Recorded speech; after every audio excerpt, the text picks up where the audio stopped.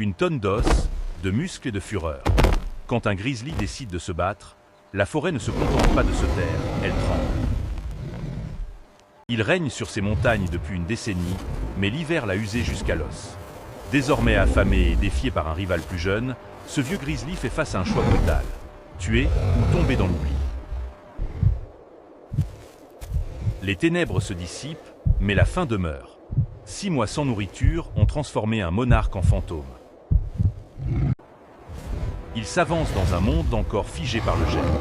Ses réserves sont épuisées. Il puise désormais dans ses ultimes ressources. Chaque pas lui coûte une énergie précieuse. La montagne n'offre rien d'autre que de la glace et la promesse d'une mort lente. Son flair est une arme, capable de détecter une carcasse à des kilomètres.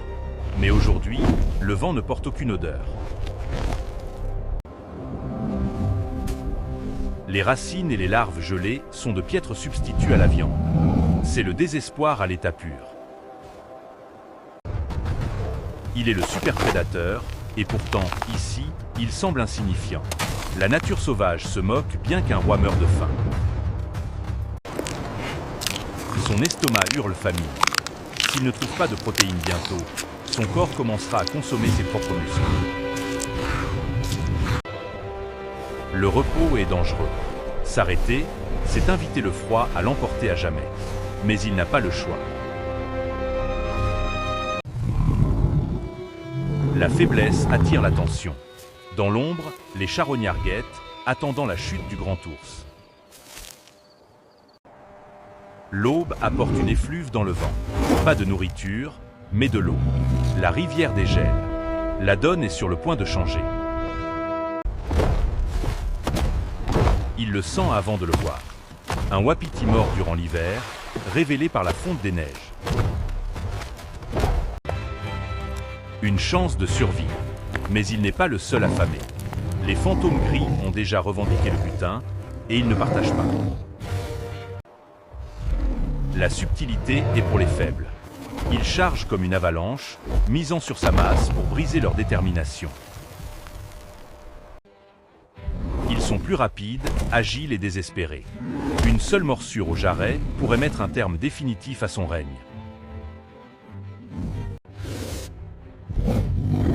Ce n'est pas seulement un combat pour de la viande. C'est un terrifiant calcul des risques. Il déploie l'arme ultime, la peur. Se dressant de toute sa hauteur, il leur rappelle pourquoi il règne au sommet.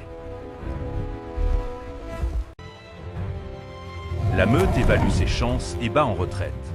La carcasse est à lui, mais la victoire a le goût du sang rassis.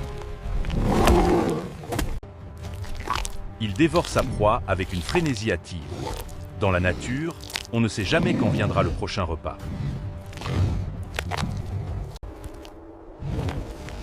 Mais le bruit du combat a porté au loin.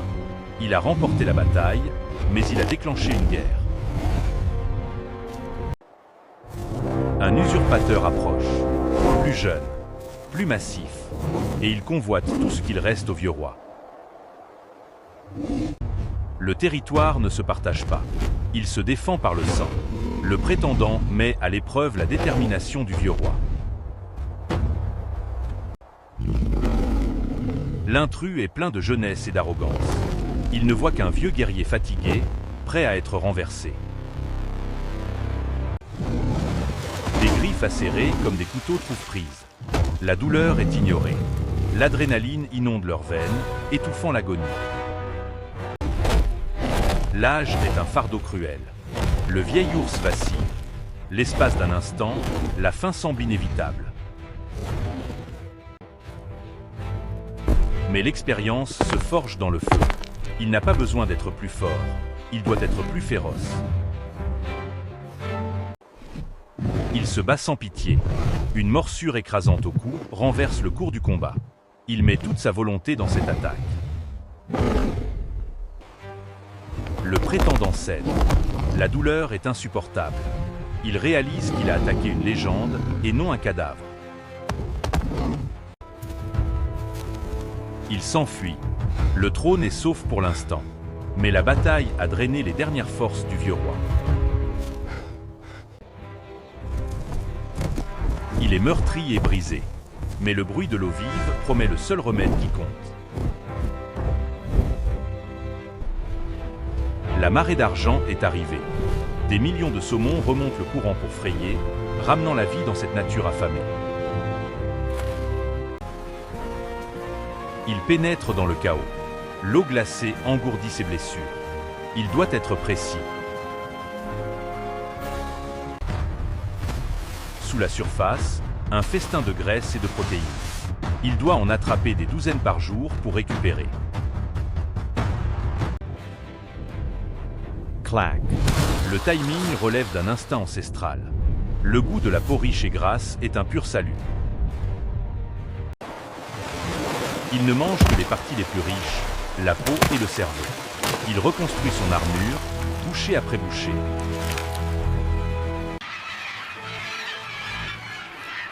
La famine est terminée. À chaque prise, le regard vide s'efface pour laisser place au feu. L'abondance apporte la paix. Même les rivaux se tolèrent quand la rivière offre assez pour tous.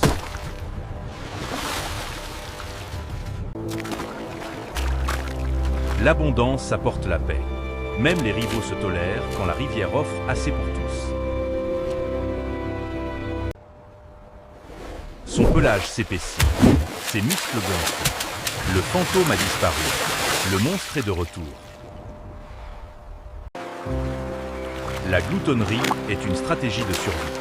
Il doit accumuler les kilos maintenant pour survivre à l'hiver qui approche déjà. L'été s'éteint vite dans le nord. L'or des feuilles signale le retour des ténèbres.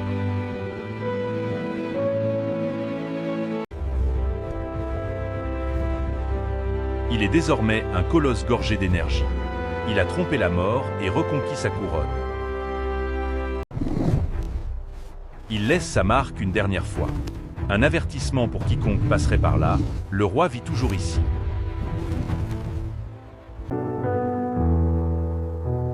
Le silence blanc revient. L'air devient mordant. La montagne referme ses portes.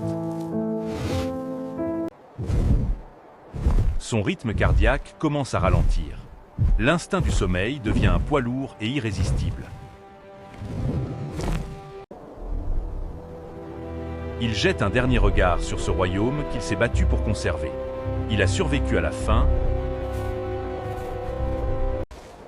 aux loups et aux prétendants. Les ténèbres l'accueillent à nouveau. Non pas comme une tombe cette fois, mais comme un sanctuaire. Il se blottit au creux de la terre. La longue nuit commence. Il a mérité son repos.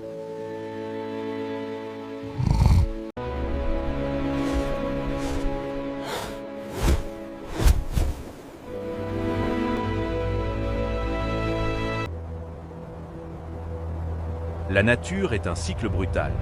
Seuls les plus forts survivent à la rotation de la roue. Dors bien, roi. Nous verrons si tu pourras survivre au printemps. Une fois de plus.